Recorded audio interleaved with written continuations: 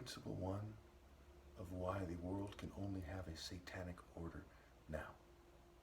First of all, because of tech, right? How far technologies have gone and who controls the technology, how no matter what, these individuals, these corporations, these families cannot be trusted with such power and their ability to manipulate people with substances and technology and psychology, etc. Okay? That is a clear-cut sign that it is immoral to breed. And anyone who continues to breed is breeding a satanic order. Okay? Breeding. Who has bred with who and why? When the top martial artist ever, the most righteous man ever is shunned in the most populated state with 3 million people in it. California has more people in it than some countries do.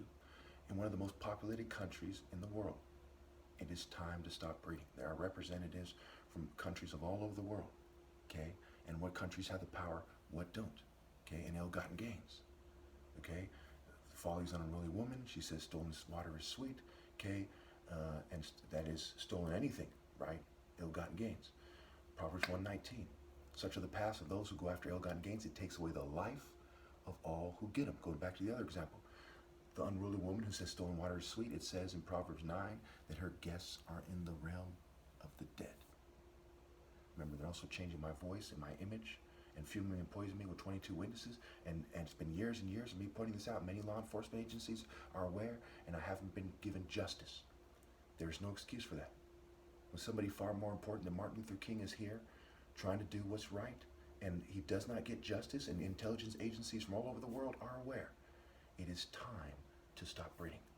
So generational rebellion, cheating, what have you. Okay, now that that is crystal clear, imagine if you're an angel coming down. Let's take it group by group to overkill it.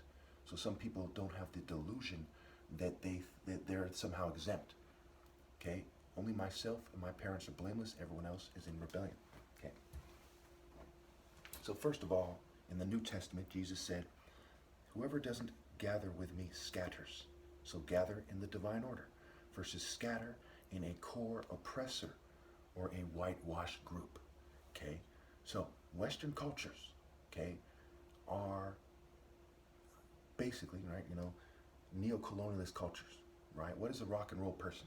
They look at the neo-colonialist satanic core of Western colonialism, okay, and they say they want to express that, and they're allowed by the corporate class. What are the guys with suits? They look at the arrogant wig-wearing guys, and they continue their, hey, we're better than you because of our clothes and our hygiene or whatever, sort of colonialist culture in business, making a killing, and they want to continue that.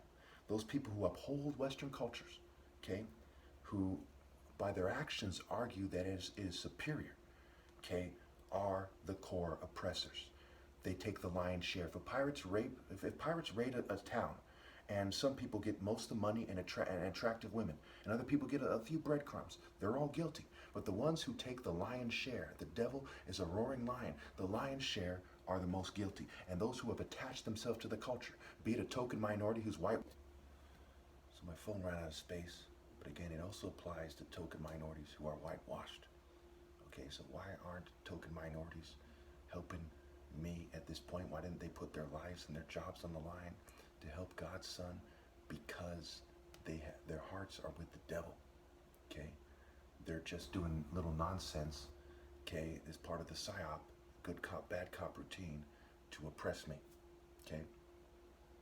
So it's overkill. Even without this, we know that because it's the Judas effect, okay? What happened to Judas is he gave up the money, he saw it was worthless, and he hung himself.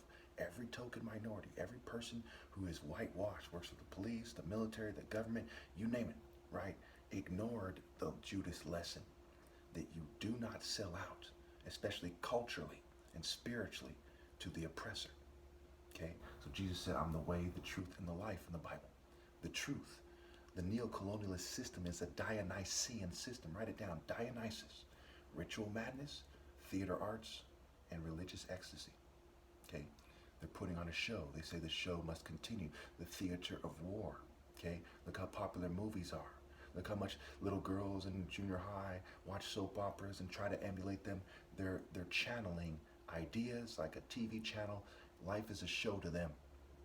And their social orders are kind of Ivy League nerd, kind of reinforced social orders of people without heart, right? Fraternities don't have heart. Rock and roll people don't have heart.